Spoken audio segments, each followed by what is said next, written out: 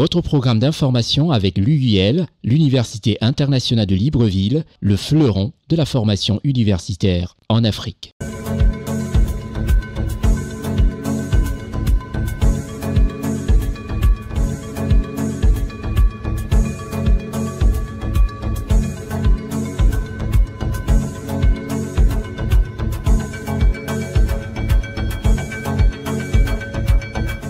Madame, Messieurs, merci de nous recevoir chez vous à cette émission qui nous présente un tout petit peu l'information vraie qui mine le continent africain.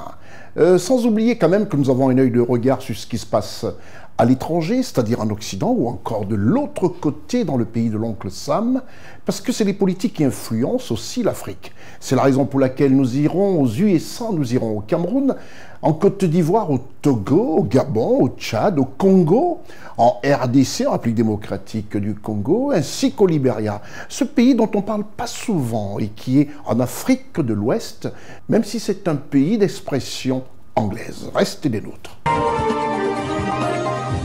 Tout en vous remerciant de prendre votre temps pour regarder ce programme hebdomadaire qui vous est offert avec toute la collégialité et surtout toute l'envie de vous présenter une information vraie de toute l'équipe de CNN. Je vous remercie d'être des nôtres. Je suis Constieka. C'est une actualité qui va influencer le monde, raison pour laquelle nous faisons une entorse à ce programme totalement et typiquement africain. Nous en voulons pour les États-Unis. L'Amérique a désormais son 47e président. Il s'agit de Donald Trump, qui a déjoué tous les pronostics, clouant ici au pilori tous les organismes de sondage, comme pour dire que la politique virtuelle ne fera jamais le poids devant la politique qui convainc son peuple par des actes et le reflet de ces actes. Penser et offrir le bonheur à son peuple au-delà des discours et des débats. Être sur le terrain, refléter ce terrain à travers les médias. Et non occuper l'espace par des discours. Donald Trump, 47e président des États-Unis, historique. Il fut déjà le 45e président des États-Unis. À l'opposé, nous avons Kamala Harris qui a accepté sa défaite et surtout remonté un tout petit peu des bretelles pour les sachants au nouveau président élu en disant qu'ils feront une transition du pouvoir dans la pure tradition de la démocratie. Pas de simple message écrit comme pour rappeler à Donald Trump son comportement par le passé. Pas d'envahissement du Capitole. Le respect de la démocratie, surtout d'un pays d'une superbe puissance qui se dit être la première démocratie au monde. Nous quittons les États-Unis pour marquer encore ce 6 novembre par le Cameroun. Je vous reviens juste après la réclame. Au Cameroun, le 6 novembre a été marqué aussi par les 42 ans au pouvoir du doyen des chefs d'État, à savoir le président Paul Biya du haut de ses 91 ans. Le président Paul Biya au pouvoir depuis 1982.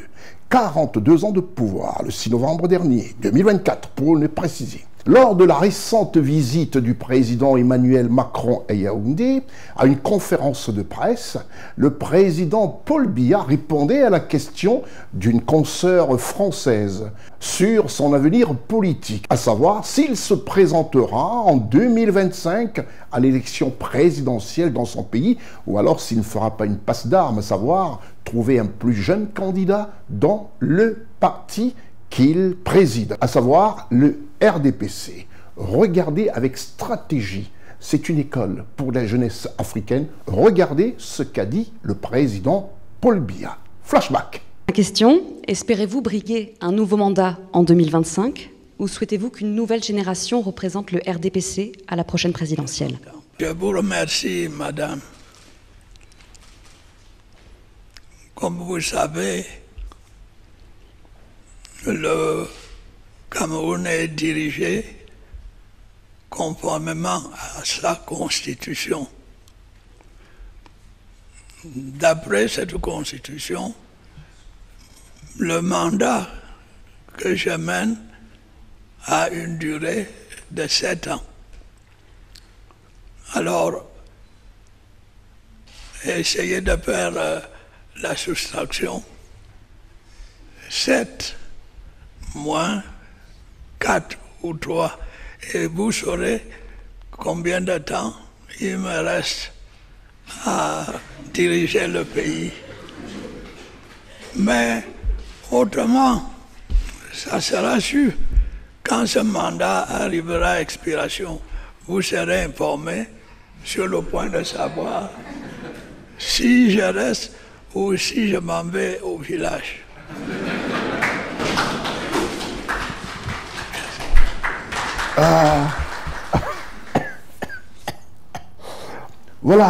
Voilà ce que, quand on dit, prenons-les comme des œufs, gardons simplement nos aînés pour puiser de leur savoir. Stratège en politique a un nom, Paul Biya. Je vous retrouve juste après la réclame.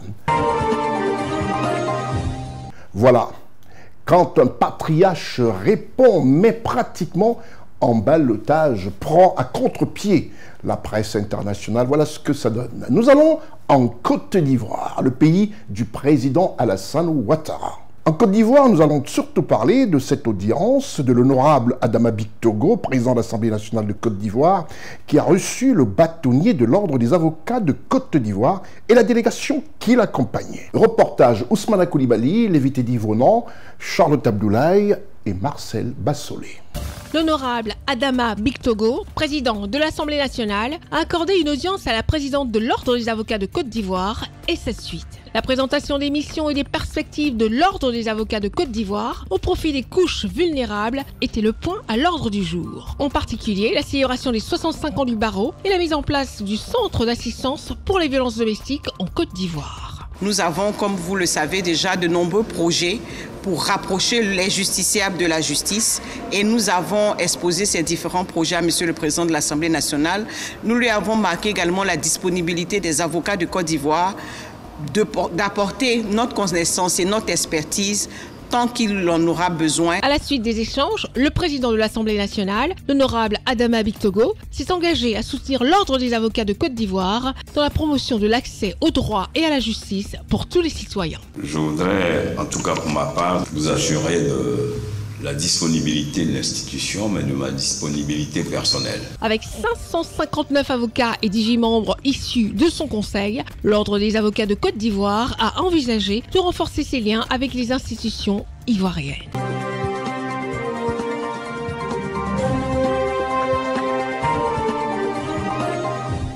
Quittons la Côte d'Ivoire encore pour le Cameroun, le pays présidé par son Excellence Paul Biya, qui, le 6 novembre 2024, a pratiquement fêté ses 42 ans au pouvoir. Un atelier de renforcement des capacités des femmes entrepreneurs du Cameroun, présidé par la ministre de la Promotion de la Femme et de la Famille, en présence du gouverneur de la région du Littoral, M. Dieudonné Samuel Ivara Diboa.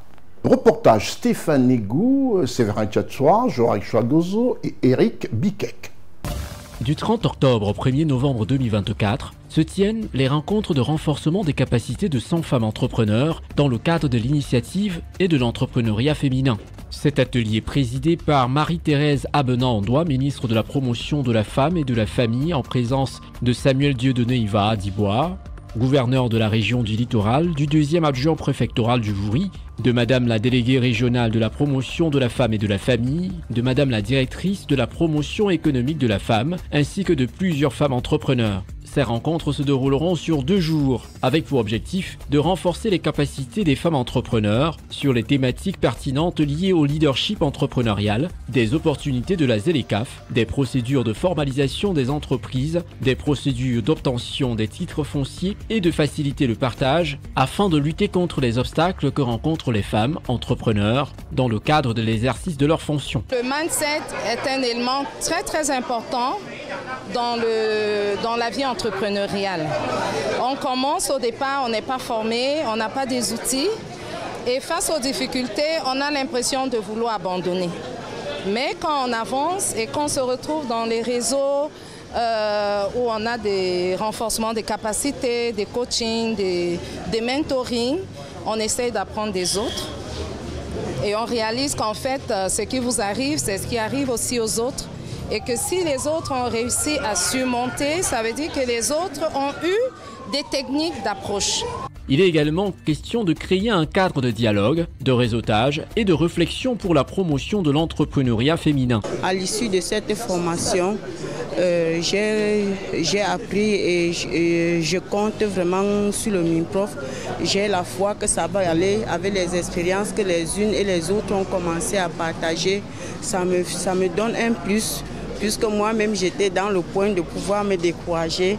Mais comme mes premières sœurs ont commencé à expliquer leur parcours, je ferai le meilleur de moi-même. Le but aussi est de promouvoir un cadre propice à l'import-substitution. L'entrepreneuriat qui a aussi bonne mentalité aussi, mais Corée aussi auparavant c'était très pauvre.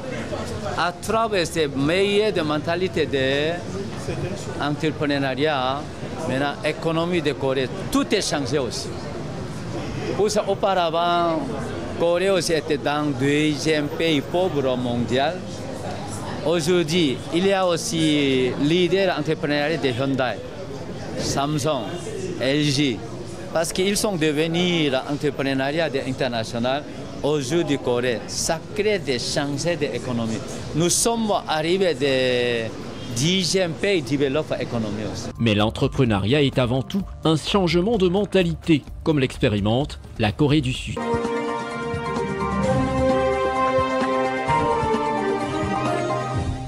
Tout en remerciant tous les téléspectateurs qui ont eu l'amabilité de nous encourager, et surtout du côté de Chicago et de l'Algérie, Alger, qui ont tout simplement encouragé toute l'équipe de CNN pour ce programme Consti et Carl Week News. Nous quittons le Cameroun pour le Togo. Au Togo, tout en rappelant comme ça à nombreux internautes et surtout aux téléspectateurs qui, de par le monde, souvent certains ne connaissent même pas nos pays d'Afrique. Il faudrait toujours le rappeler. Le Togo est un pays présidé par le président Faure Issou-Singbe. Et au Togo, les choses se font toujours à un rythme enviable pour le bonheur du peuple togolais. Le Fonds monétaire international, en sigle FMI, réaffirme sa disponibilité à accompagner le Togo. Comme nous l'affirment ici les images commentées par Charlotte Abdoulaye avec le concours de Gérard Richard Gozo, Séverin Tchatchoura et Marcel Bassolé. Le président de la République du Togo, son Excellence Faure Issou-Singbe Gnassingbé, s'est entretenu avec le directeur du département Afrique du Fonds monétaire international en mission au Togo. Monsieur Abebe Emro Selassie a évoqué avec le chef de l'État les sujets relatifs aux défis de développement du Togo. Il a réitéré l'engagement du Fonds monétaire international à soutenir la politique de développement du Togo. J'ai eu une discussion avec le président de la République sur les défis auxquels le Togo fait face, ainsi que les autres pays de l'UEMOA. Le Fonds monétaire international est toujours disponible pour aider le Togo et les autres pays de la sous-région, a précisé M. Abebe Emro Selassie, directeur du département Afrique du FMI. Il est à noter que le Fonds monétaire international et le Togo sont parvenus le 8 octobre 2024 à Lomé à un accord sur les politiques et réformes économiques nécessaires à la conclusion de la première revue du programme de 42 mois appuyé par la facilité élargie de crédit, environ 390 millions de dollars. Cet accord, une fois approuvé par le conseil d'administration du FMI, permettra au Togo de bénéficier d'un nouveau décaissement d'environ 58,7 millions de dollars, soit près de 35 milliards 435 millions de francs CFA pour la mise en œuvre des projets de développement.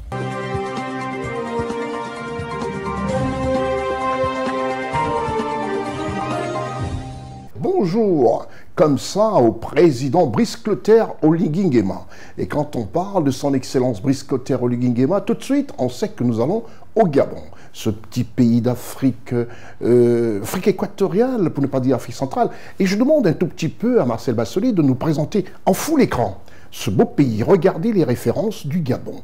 Regardez un tout petit peu ce pays qui donne envie et qui doit donner envie à tous qui sont du côté de l'Europe et qui veulent prendre des vacances en Afrique. Et sachez que tout pays africain aujourd'hui a un potentiel énorme, a des atouts économiques, touristiques et je dirais même des atouts aujourd'hui qui permettent de vivre ici, sur notre continent. Au Gabon, le pays du président Brice Clotaire Oligui Nguema est pratiquement en émergence. Les enjeux et défis au Gabon sont surtout la régulation du secteur de l'eau et de l'énergie. Et nous en font écho toute l'équipe, surtout celle pilotée par Teddy Ossé du côté du Gabon, avec le concours de Jean-Richard Gozo, Séverin Tchatchoua, Éric Biquek et Marcel Bassolé.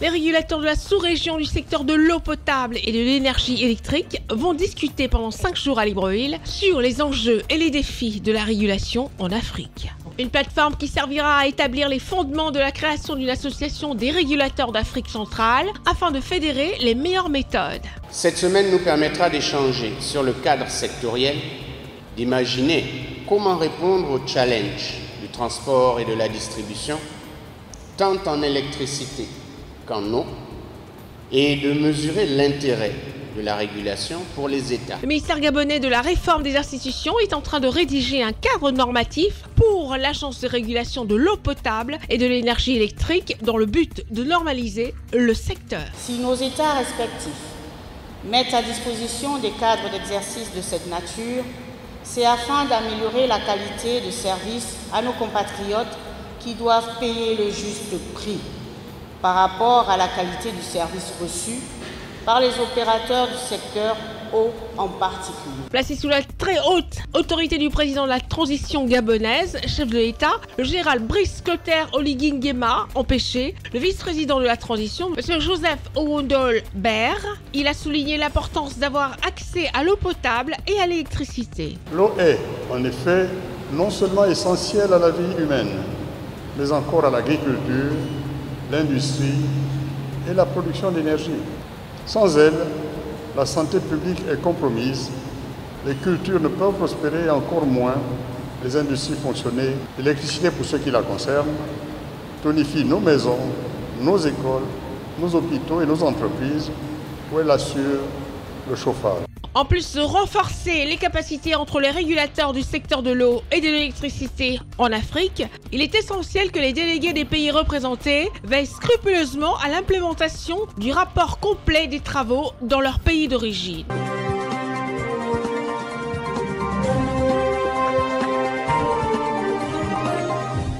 Nous allons quitter le Gabon, ce petit pays d'Afrique centrale, petit de par sa population surtout, mais avec des atouts énormes. Mais avant de quitter le Gabon, plus besoin de vous dire simplement qu'au Gabon, sur 80 hectares, est bâtie une université qui fait pâlir de jalousie toutes les grandes universités mondiales. Là-bas, le savoir se fait, mais un savoir beaucoup plus pointu, c'est-à-dire les étudiants qui sortent de l'Université internationale de Libreville sont aptes tout de suite à porter leur savoir dans le marché international. C'est pour ça que la formation est surtout en prime dans cette université qui est notre partenaire officiel. L'Université internationale de Libreville, reconnue d'utilité publique grâce à son partenariat avec l'État, est un établissement privé d'enseignement supérieur à vocation scientifique et technologique composé, entre autres, de l'École polytechnique de Libreville, de la Faculté de droit et des sciences politiques, de l'Institut international de recherche biomédicale et biotechnologie, de l'Institut supérieur de gestion et d'économie appliquée. Et sa toute nouvelle école de médecine et de pharmacie. Son ouverture sur le monde du fait de ses partenariats avec les prestigieuses universités et institutions internationales lui permettent de s'arrimer à plusieurs systèmes de formation et de délivrer des diplômes reconnus. DUT, licence, ingénieur, master recherche et professionnel, exécutive MBA, doctorat. Venez vous former à l'exécutive MBA de l'UQAM Canada au métier de l'économie, gestion, du droit et de la science politique de l'industrie médicale et pharmaceutique. Devenez technicien supérieur ou ingénieur à l'Université internationale de Libreville, le fleuron de la formation universitaire en Afrique.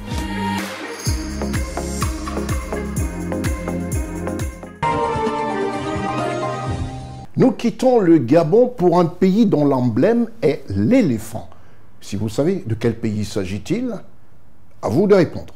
Non. Alors je vous accompagne un tout petit peu. Dans ce pays, un homme, un économiste, un brillant politicien qui a pratiquement retourné le pays positivement après des événements douloureux qui datent pratiquement aujourd'hui de plus d'une décennie. Cet homme n'est autre que le président Alassane Ouattara, président de la République de Côte d'Ivoire. C'est dans ce pays que nous allons à l'instant. En Côte d'Ivoire, le Premier ministre du gouvernement ivoirien, M. Robert Begré-Mambé, a pris part au colloque scientifique sur l'économie sociale et solidaire qui s'est tenu à Abidjan, en Côte d'Ivoire. Reportage Ousmane Koulibaly, Lévite Edi Vonon, Charlotte Abdoulaye, Marcel Bassolé, Séverin Tchatchoua. La véritable source de changement en Afrique était l'économie sociale et solidaire. C'est cette perspective que les organisateurs du colloque scientifique qui se déroule à Abidjan, en Côte d'Ivoire, aspirent à adopter. Toutes les communautés de la sous-région, toutes les communautés africaines se rejoignent et ensemble, main dans la main, nous travaillons à faire évoluer la croissance économique en respectant les valeurs de solidarité. À la différence de l'économie traditionnelle, qui accorde une priorité au profit, l'économie sociale met l'accent sur les individus, la solidarité et le respect de leur environnement au centre de l'activité économique. L'économie sociale solidaire incarne un modèle économique alternatif qui place l'humain et le bien-être collectif au centre des préoccupations. En agissant localement, avec les collectivités territoriales et les communautés de base, notre action devient plus facilement mesurable en termes d'impact. L'implication des spécialistes, des chercheurs et des praticiens, ainsi que les représentants des institutions publiques et privées, témoignent de l'engagement de tous à défendre l'économie sociale comme une solution aux défis sociaux, économiques et environnementaux de l'Afrique. Nous vivons une époque marquée par des défis sans précédent, qu'ils soient environnementaux, sociaux, économiques ou technologiques. Face à ces enjeux complexes, il est impératif de rassembler des esprits brillants et diversifiés pour réfléchir ensemble, partager des idées et proposer des solutions innovantes. Le colloque s'inscrit dans la continuité des initiatives du gouvernement en matière de planification des actions pour le développement durable et inclusif. Je puis vous assurer de l'engagement du gouvernement à faire davantage d'efforts conformément aux instructions du président de la République. C'est le sens de l'accélération des programmes de développement des infrastructures économiques et sociales sur toute l'étendue du territoire, de l'accroissement des investissements dans l'éducation et le développement des compétences, ainsi que le renforcement des mesures de protection sociale, en particulier la couverture maladie universelle, qui nous donne aujourd'hui plus de la moitié de la population inscrite à ce programme. Ce colloque scientifique qui marque le lancement des activités de Africa Perspectives Institute sera animé par plusieurs panels et tables rondes.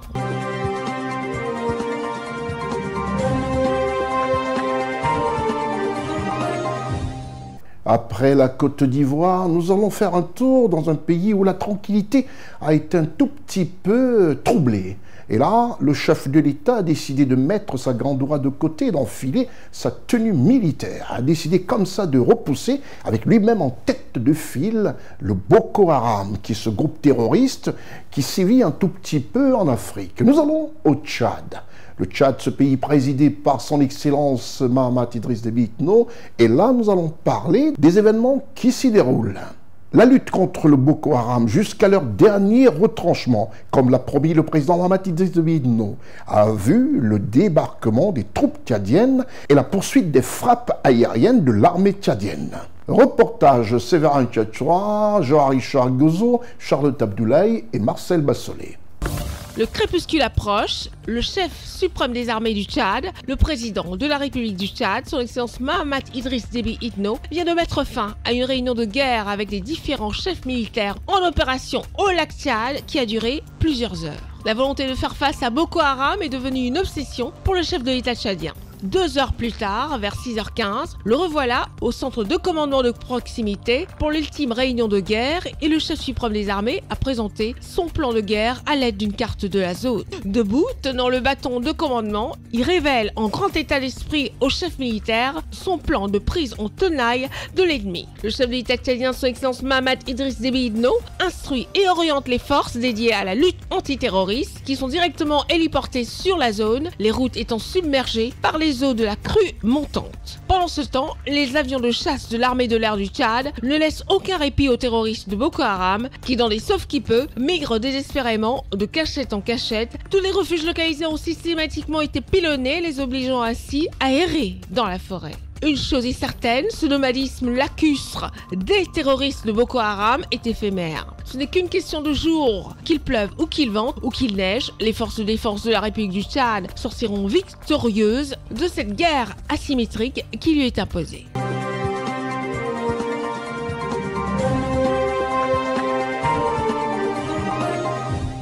Après le Tchad, nous allons dans le pays qui se distingue beaucoup de par sa musique, mais qui a des atouts énormes et qui aussi a décidé comme ça de mettre fin aux querelles fraternelles, je dirais, parce que toute l'Afrique, nous avons pour coutume en Afrique de nous appeler frères. C'est une particularité africaine. Donc nous allons en RDC, le pays présidé par son Excellence Félix Antoine Tshisekedi. Et du côté de la RDC, sous l'impulsion du président de la République, on parle beaucoup de paix. Le ministre des Relations extérieures de la République du Congo démocratique, en sigle RDC, a rencontré son homologue du Rwanda en Goma. Reportage Gérard Richard Gozo, Séverin Tchatchoua, Charlotte Abdoulaye et Marcel Bassolé. Pendant quelques heures, le poste frontière de la Corniche qui sépare la ville congolaise de Goma de celle rwandaise de Gisenyi a été fermé au public pour une rencontre sous haute sécurité tenue secrète jusqu'à la veille. La barrière s'ouvre, le véhicule transportant à son bord M. Olivier Nduhungirehe, ministre des Affaires étrangères du Rwanda, et son équipe franchissent le poste frontière de la Corniche. Une poignée de main franche avec un haut gradé de l'armée congolaise, suivi d'un échange très court avec la ministre d'État, ministre des Affaires étrangères de la RDC, Mme Thérèse Kayikwamba. Les relations entre les deux pays sont extrêmement tendues. La progression des rebelles du M23, soutenus par le Rwanda, continue dans l'est de la RDC, sous l'égide des Nations Unies et de l'Angola. Les deux ministres des Affaires étrangères ont néanmoins accepter cette réunion dont l'objectif est de créer ensemble un système de la surveillance de la situation sécuritaire. Aujourd'hui, c'était le jour pour le lancement de ce mécanisme ad hoc renforcé qui a été présenté avec 18 officiers angolais, 3 officiers de liaison congolais et 3 officiers de liaison rwandais. Et donc nous sommes ici pour la paix, pour qu'il y ait un mécanisme de vérification du cessez-le-feu qui a été convenu le 4 août et qui doit être respecté. Mais sur le terrain, les combats ne cessent pas, la guerre bat son plein. Les rebelles du M23 ont pris dimanche dernier le contrôle de Kamandé-Jit au nord du Kivu avant de se retirer 2 jours plus tard. Une situation et un discours contradictoires qui dépassent les représentants de la société civile congolaise. Il faut noter que c'est toujours les mêmes discours que nous avons toujours entendus. On n'a pas vraiment entendu ce que nous pensions entendre. C'est surtout l'arrêt de la guerre, c'est surtout le retrait de RDF sur le sol congolais. Du côté congolais, il n'a pas été fait de déclaration à la presse. La prochaine session de négociation est prévue le 16 novembre prochain à Luanda, en Angola. Les deux pays devraient échanger sur le retrait des troupes rwandaises du territoire congolais.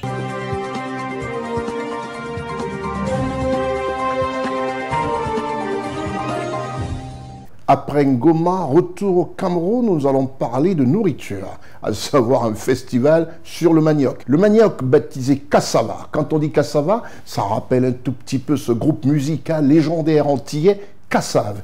Cassave aux Antilles, c'est un gâteau de manioc. Et Cassava, c'est le manioc. Premier festival au Cameroun. Le gouverneur de la région du littoral, M. Samuel Dieudonné Iva Adiboa, a présidé le premier festival All Cassava dans la ville de Douala. Reportage équipe CNN Cameroun, Stéphane Degou, Gérard Richard Gozo, Séverin Tchatchoua et Eric Bikek. La cérémonie de lancement officielle de la première édition du Festival international du manioc s'est déroulée ce 4 novembre 2024 au service du gouverneur du littoral, présidé par Samuel Dieudonné Iva Adiboa, en présence du président du conseil régional, Polycarpe Barlon, du représentant du Minader, du Minerex et du maire de la ville de Douala, le docteur Roger Bassadiné. L'événement baptisé All Cassava, prévu du 11 au 16 novembre 2024 à la maison du parti de Bonadjo, est porteur d'espoir pour la création d'un monde rural résolument engagé dans le processus de développement durable. Pour le gouverneur de la région du littoral, Samuel Dieudonné Iva Adiboa, le festival All Cassava est une réponse de l'ONG FADEC pour la politique d'import substitution nationale. Le Cameroun est engagé dans une démarche de décentralisation, démarche au bout de laquelle toute localité devra avoir une autonomie générale, y compris l'autosuffisance alimentaire. Voilà l'initiative du FADEC, créer une plateforme dans laquelle toutes ces parties prenantes vont cohabiter. À mon sens, nous n'exploitons pas suffisamment nos potentialités dans ce secteur. J'observe en effet que nous importons chaque année des contingents non négligeables d'amidon, alors que nous disposons de vastes espaces propres aux cultures du manioc. En effet, l'amidon issu du manioc est très utilisé dans l'industrie brassicole et l'industrie pharmaceutique. Placé sous le thème lutte contre l'insécurité alimentaire par la promotion de la culture du manioc et la valorisation de son potentiel économique, le Festival international de la célébration du manioc et ses dérivés est une belle histoire d'amour, nourrie et portée par un groupe de jeunes venus de divers horizons, autour de sa promotrice Yvette Doumé, épouse Barlon, présidente de l'ONG FADEC. Le manioc est ancré dans notre culture. Depuis la nuit des temps, nous consommons le manioc, nous nous soignons avec le manioc et nous transformons aussi le manioc pour l'amidon. Or, il s'avère que cet amidon est très important et il vaut de l'or. Alors, nous avons décidé de sensibiliser tous les acteurs de la chaîne de valeur manioc afin qu'ils sachent que oui, le manioc a un potentiel économique énorme. Et nous sensibilisons aussi les jeunes pour qu'ils sachent que l'avenir est dans l'agriculture. Nous sensibilisons les artisans agro-pastorales pour que les uns et les autres puissent les aider à réduire la pénibilité de leur travail et qu'elles puissent s'en sortir à travers la transformation du manioc. À travers cette première édition, le Festival international du manioc se veut être une plateforme d'échange, de partage, de réflexion et de promotion de la culture du manioc. Une première édition placée sous le haut patronage du Premier ministre chef du gouvernement, Joseph Dione Gouté, et parrainée par le ministre de l'Agriculture et du Développement durable.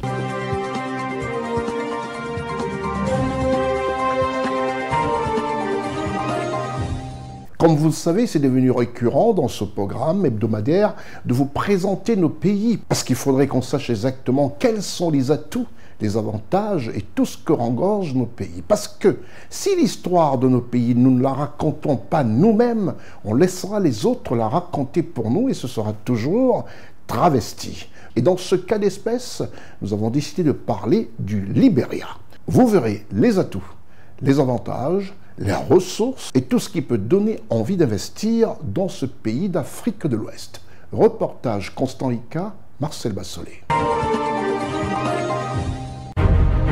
Le Libéria est un pays d'Afrique de l'Ouest bordé au sud-sud-est et à l'ouest-sud-ouest par l'océan Atlantique, au nord-ouest par la Sierra Leone, au nord par la Guinée et à l'est par la Côte d'Ivoire. Marqué par 13 années de guerre civile entre 1990 et 2003, le Libéria est aujourd'hui un pays modèle de stabilité démocratique pour la région et le continent. En 2003, Madame Ellen Johnson Sirleaf a été la première femme élue présidente d'un pays africain. Après 2 mandats successifs, les élections ont porté en 2017 l'ancienne star du football et enfant du pays, George Manneh Weah, à la présidence de la République du Libéria. Premier natif, c'est-à-dire un non-descendant d'esclaves américains, a franchi à y accéder. Cette alternance, puis le départ de la mission des Nations Unies pour le Libéria, en sigle MINUL, le 30 mars 2018, ont confirmé la stabilité du pays. Le pays a récemment connu une nouvelle alternance sereine. Les élections générales de l'automne 2023 ont été organisées dans un climat apaisé.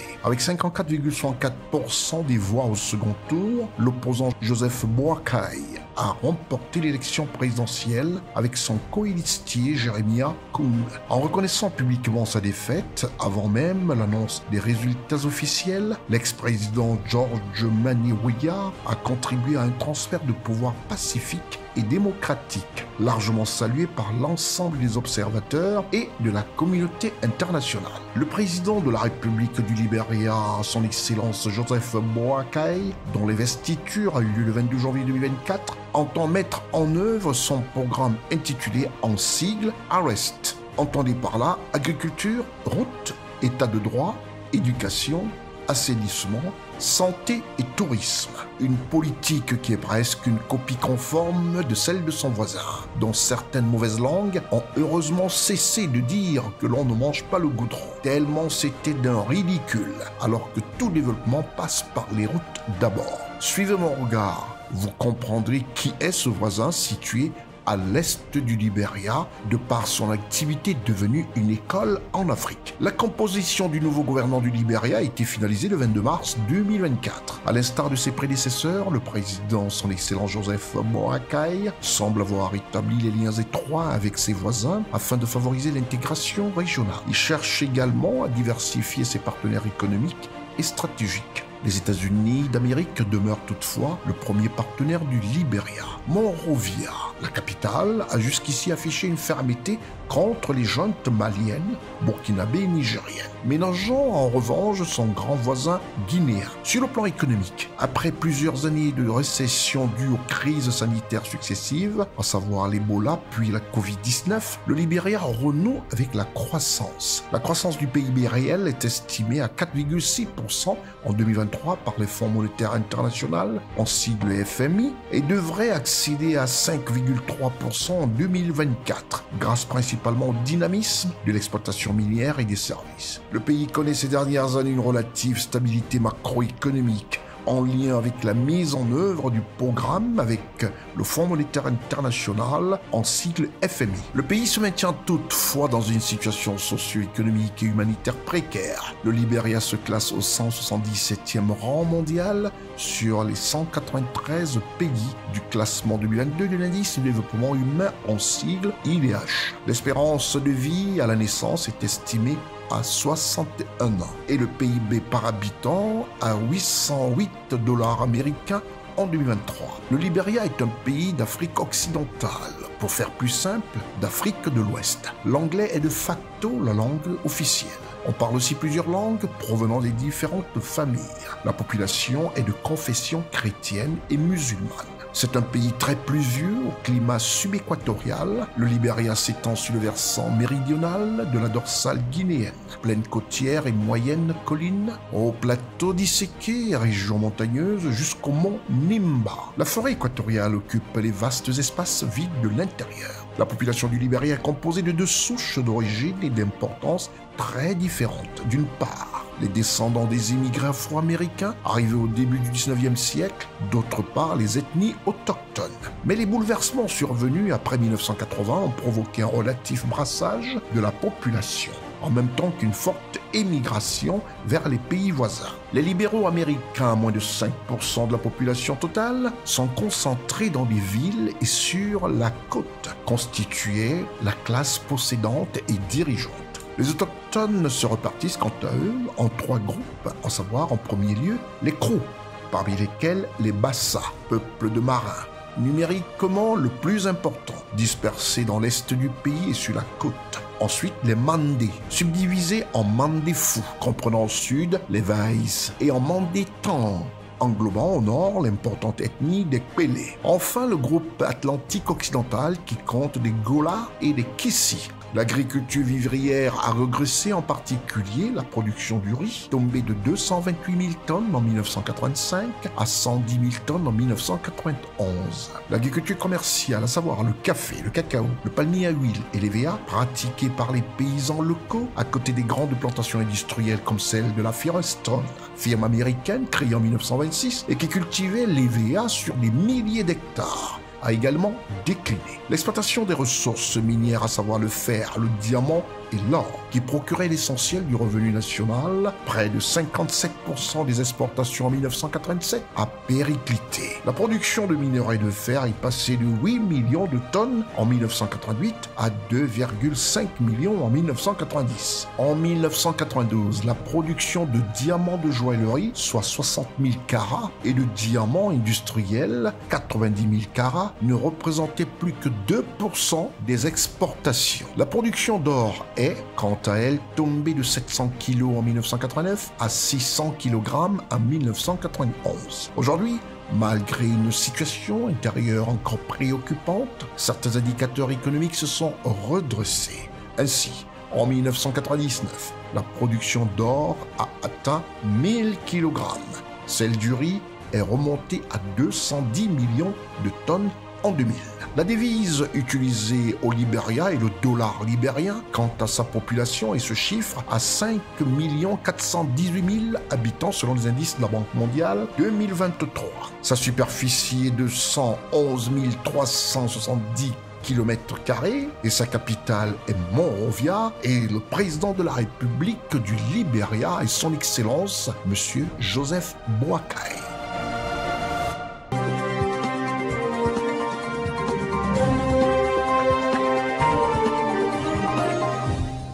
Eh oui, voici ce que c'est que le Libéria.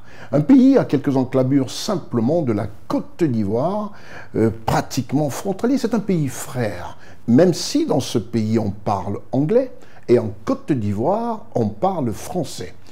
C'est comme ça, c'est les effets de la colonisation. Nous allons en Côte d'Ivoire, le pays présidé par son Excellence Alassane Ouattara, avec un gouvernement aguerri à la chose politique et qui fait le bonheur des Ivoiriens. Avec à sa tête le Premier ministre, M.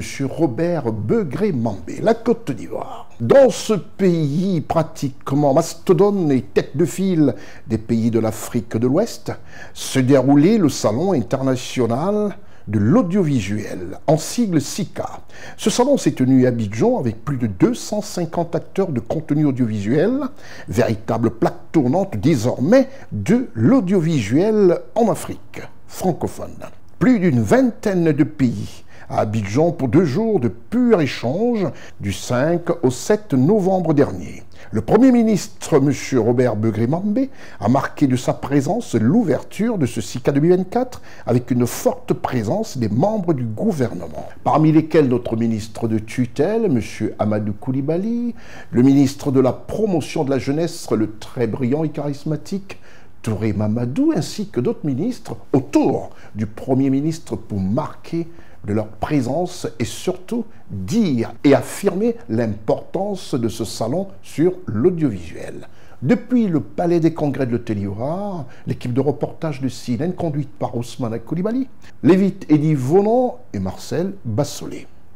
Le deuxième salon international de contenu audiovisuel, également connu sous le nom de SICA 2024, se déroule à Abidjan et rassemble des réalisateurs, des maisons de production, ainsi que des chaînes de télévision. L'offre est intéressante, que ce soit des séries télévisées, des films institutionnels ou des doublages de films. Nous avons aujourd'hui l'IA et tout ça qui arrive. C'est un gros marché qu'on doit pouvoir maintenir ici chez nous. Le financement est essentiel pour toute production audiovisuelle, qu'elle soit diffusée sur le petit écran ou sur le grand écran. Le SICA 2024 souhaite apporter des solutions à ce problème et faire de la Côte d'Ivoire le centre de l'audiovisuel africain. L'innovation et la diversité ne peuvent prospérer sans un financement adéquat. Il nous faut renforcer notre engagement à soutenir les créateurs et les producteurs en leur donnant accès aux ressources nécessaires pour réaliser leurs projets.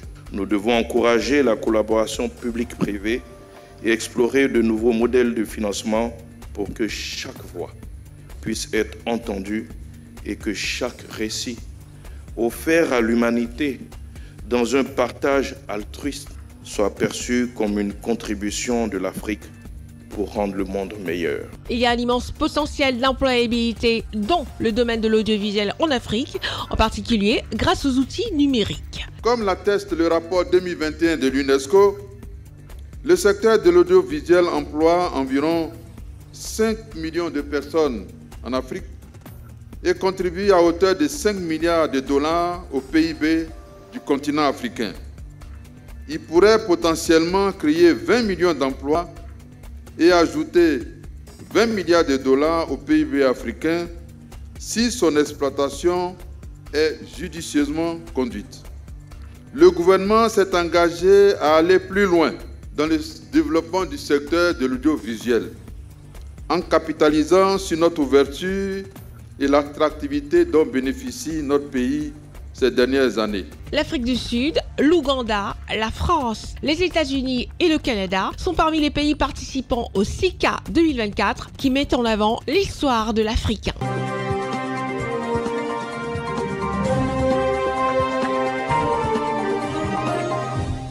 après Abidjan, la Côte d'Ivoire, tout en souhaitant simplement le bonheur à tous nos collègues de la presse africaine, des médias africains pour plus de contenu, afin d'apporter satisfaction à toutes nos populations, à tous les téléspectateurs. Nous allons nous rendre du côté du Congo, le Congo-Brazzaville, le pays du président Denis Sassou Nguesso. Le Congo et la Côte d'Ivoire font route commune dans un forum économique. La deuxième édition 2024, lancée à Brazzaville par le ministre d'État, ministre de l'Agriculture et du Développement rural de Côte d'Ivoire, M. Adjoubani Kobenan-Kwasi. 5 accords de coopération ont été signés entre le Congo et la Côte d'Ivoire. L'essence de ce forum est le partage des idées innovantes pour la croissance économique ivoiro-congolais. Reportage Séverin Tchatchoua, Gérard Richard Gozo, Charlotte Abdoulaye et Marcel Bassolé. À l'initiative de l'ambassade ivoirienne au Congo, la Côte d'Ivoire et le Congo renforcent de nouveau leurs liens d'amitié, main dans la main autour d'un forum économique Côte d'Ivoire-Congo. Ce forum constitue une véritable occasion de rapprochement. Il met en évidence les opportunités économiques, culturelles et touristiques qui favorisent le rapprochement des structures étatiques et des acteurs économiques de la Côte d'Ivoire et du Congo. Si au Congo, ici, l'accent est mis sur le pétrole, nous avons des acteurs du secteur privé ivoirien qui sont intéressés et qui exercent déjà et donc qui vont développer cet aspect ici et que des partenariats à ce niveau soient tissés et que nous puissions créer ensemble des entreprises où nous avons un actionnariat diversifié. Le Congo est le 3e producteur de pétrole en Afrique subsaharienne. Avec son vaste massif forestier tropical, il offre de nombreuses opportunités d'affaires. Le Congo est un pays producteur de pétrole, aujourd'hui exportateur de gaz aussi, mais la Côte d'Ivoire aussi est rentrée dans la production de pétrole. Et donc une coopération sud-sud à ce niveau se développe déjà assez bien avec Petrosi et la Société nationale des pétroles du Congo. Donc nous allons dynamiser cette expertise. Dans cette collaboration, une attention particulière est accordée à l'agriculture. Nos deux chefs d'État se sont rencontrés à plusieurs reprises. Et leur vision, c'est d'aller à la transformation structurelle de nos économies, qui passe forcément par la transformation aussi de nos produits agricoles. Je crois qu'en étant ici, l'objectif, c'est de pouvoir échanger et de faire en sorte que chacun puisse se nourrir de la différence de l'autre. Le renforcement de la coopération agricole entre la Côte d'Ivoire et le Congo a été renforcé grâce à la signature de 5 accords de partenariat. La coupure du ruban et la visite des stands ont mis fin à ces cérémonies.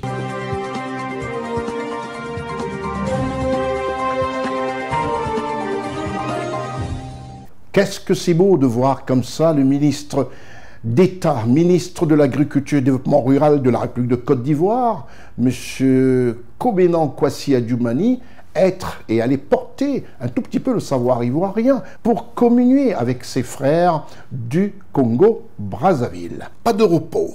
Après le Congo, c'est aux côtés de son homologue ministre d'État, ministre de la Défense de la République de Côte d'Ivoire, M. Télé Birahima Ouattara, que le ministre d'État, ministre de l'Agriculture, M. Kobenan-Kwasi Adjoubani, a présenté les projets agricoles réalisés dans la région du Tchologo le 7 novembre 2024 à Kong, à l'occasion de la 11e édition des Journées de l'administration agricole délocalisée en sigle JAD.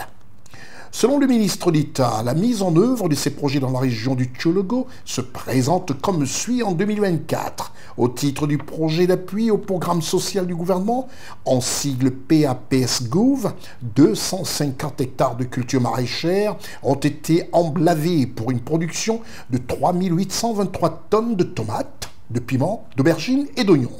De même, 290 hectares de plantations de manioc ont été réalisés pour une production de 34 480 tonnes de manioc frais, ainsi qu'une usine de transformation du manioc en atiéké et autres produits dérivés installés à Ferkessédougou. Pour le secteur d'appui au développement du secteur vivrier, 334 hectares de tomates, de piments, d'aubergines, de gombo et d'oignons réalisés pour une production de 5010 tonnes de produits maraîchers. En ce qui concerne le programme d'appui à la sécurité alimentaire, les appuis directs aux producteurs ont couvert 440 hectares de maraîchers pour une production de 6600 tonnes de produits maraîchers. Pour ce qui est du programme de production alimentaire d'urgence de semences de riz, pour couvrir 5 937,5 hectares et les semences de maïs pour 24 601 hectares ont été distribués à 17 490 bénéficiaires. Ces appuis ont permis la production de 18 369 tonnes de riz et 61 503 tonnes de maïs. Le ministre d'État a annoncé le démarrage des activités de l'agropole du Nord, qui couvre les régions de la Bagoué, du Hambal, du Poro et du Tchologo dès 2025. C'est avec cette information que nous passons tout de suite à notre grand format. Dans ce grand format, il est très important, je le disais tantôt, de mettre aux yeux du monde ce que fait le gouvernement de Côte d'Ivoire. Pour sa jeunesse, personne ne laissé en marge. Personne n'est exclu. Même ceux qui se sont mis en marche des études ont toujours une deuxième, une troisième, une quatrième chance. Le ministre de la Promotion de la Jeunesse, M. Touré Mamadou, à travers le PJGouv, le programme Jeunesse de Gouvernement, apporte de l'aide consistante à tous les jeunes Ivoiriens, à travers leurs projets. Nos équipes de CNN ont décidé dans ce grand format d'aller à la rencontre des jeunes, à la rencontre des populations, pour savoir ce qu'ils pensent de cet apport consistant du gouvernement pour les aider à décoller, à éclore et à avoir aussi le bonheur dans ce quinquennat politique où le président a mis un accent sur la solidarité. Vous verrez ce que pensent les Ivoiriens à travers cet apport consistant du gouvernement par le financement des projets jeunes.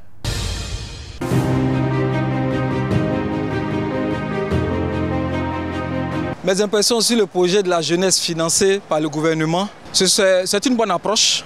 Voilà, parce que aujourd'hui, vous savez que la jeunesse aujourd'hui est beaucoup, je peux dire que on a beaucoup de jeunes diplômés. On a beaucoup de jeunes aujourd'hui qui sont là, qui ne travaillent pas. Donc aujourd'hui, si l'État met cela en place, avec ce qu'ils ont fait, je pense que ça a pu aider beaucoup de jeunes. En tout cas, moi-même, j'ai des exemples palpables. Voilà, j'ai des amis, j'ai des frères aussi qui ont bénéficié de ce financement. Et je pense qu'aujourd'hui, ça leur permet de s'occuper de leur famille. Donc je pense que ce financement est bienvenu. Et j'aimerais demander à l'État même de toujours continuer à vraiment aider cette jeunesse par rapport à leur manière de voir les choses. J'aimerais d'abord remercier le président de la République pour ce geste en faveur de la jeunesse. Et je pense que ça doit toujours continuer ainsi. Ça ne se voit pas comme ça. Et je pense qu'en Côte d'Ivoire, je peux dire même que c'est la première fois même qu'on voit ça de manière factuelle. Et que on voit vraiment ces jeunes-là vraiment en bénéficier. Voilà, donc on devait le remercier et on devait demander d'augmenter ça l'année prochaine.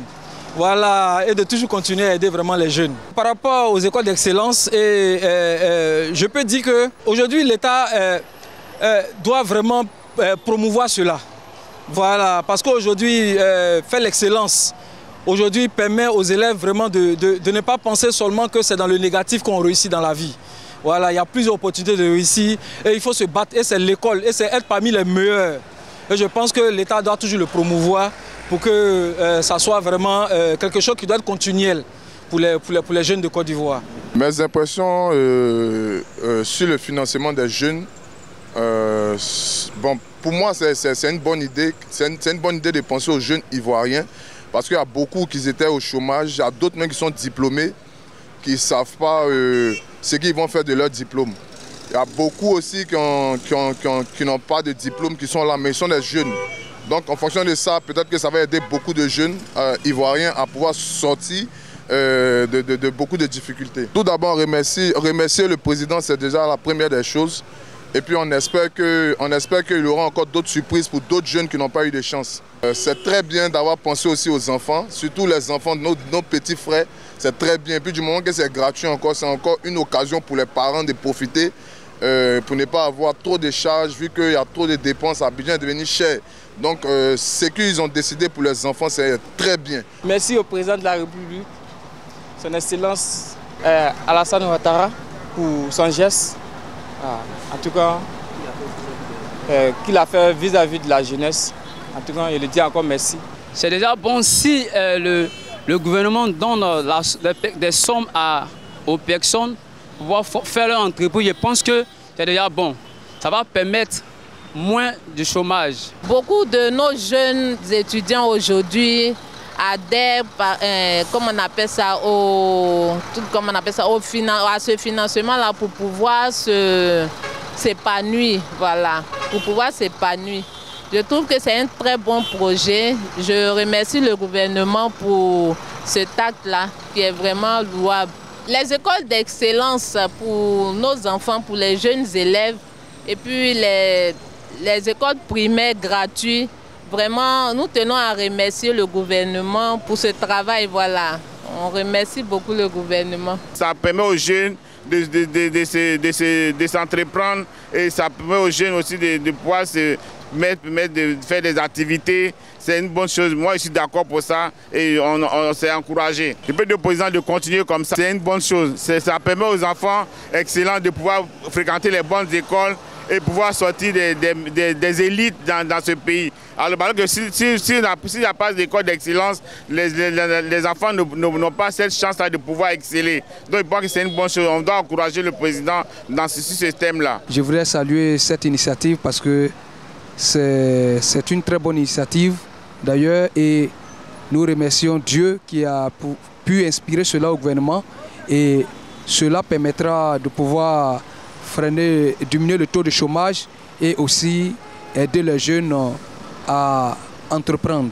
En ce qui concerne les écoles d'excellence, pour les primaires, gratuits pour les primaires et les lycées, pour former les élèves de Côte d'Ivoire, je crois que c'est une très bonne idée, une très bonne initiative qui permettra à la nation d'avoir des cerveaux, parce qu'aujourd'hui on ne peut pas se développer sans l'éducation.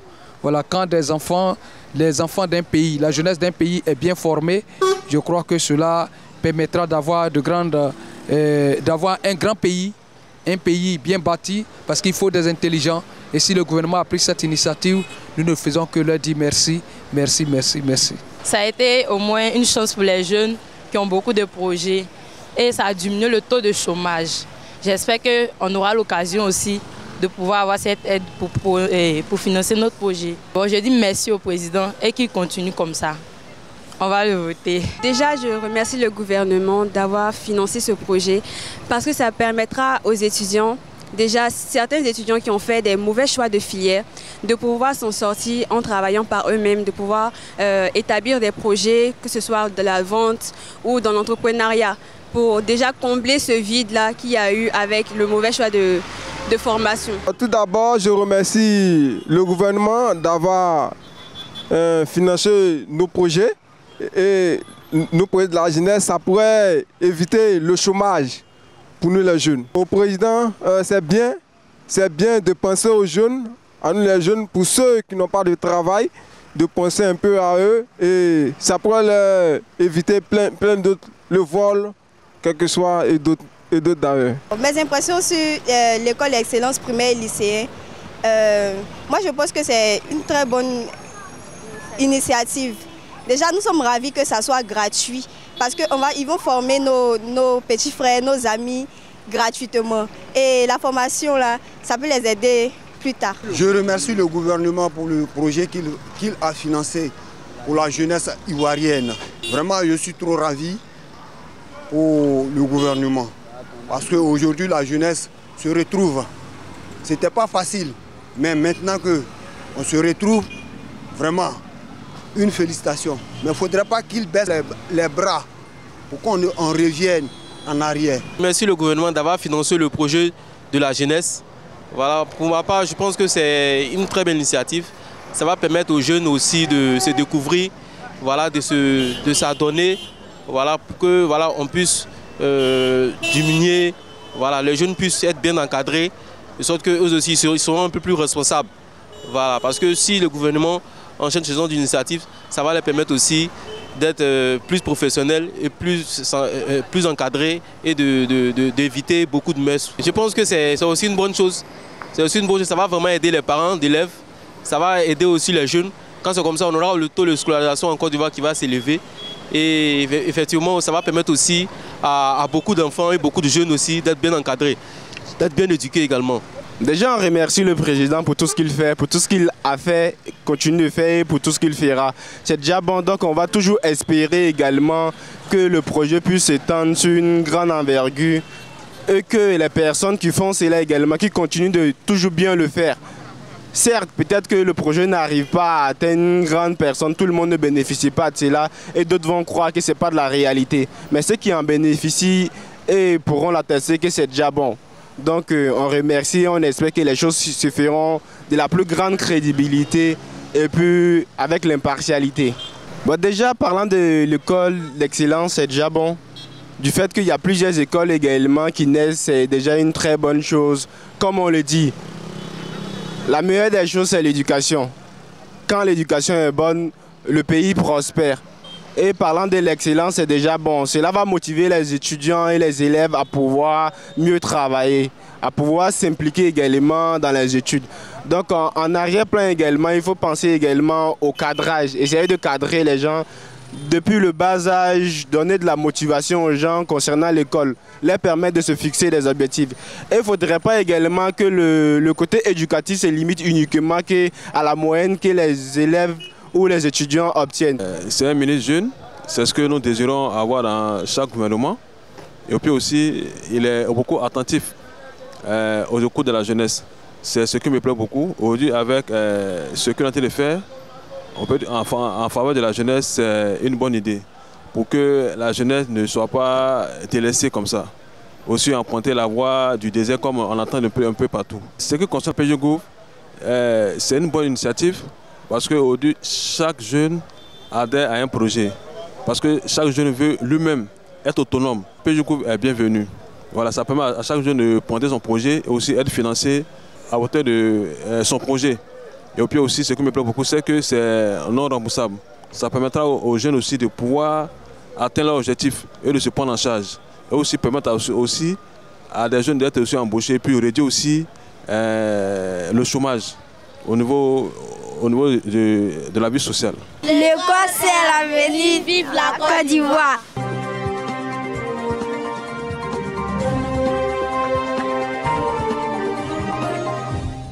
C'est terminé pour ce programme hebdomadaire. Et n'oubliez pas les rediffusions ccnntv.ci. Et si vous avez besoin de voir d'informations en continu 24h/24, www.ciwebinfo.net et vous cliquez à la rubrique Replay. Vous avez l'information en direct non-stop 24h/24. C'était votre programme d'information avec l'UIL, l'Université internationale de Libreville, le fleuron de la formation universitaire en Afrique. Tout en vous remerciant, je vous donne rendez-vous au prochain numéro. Je suis Constieka. Au revoir.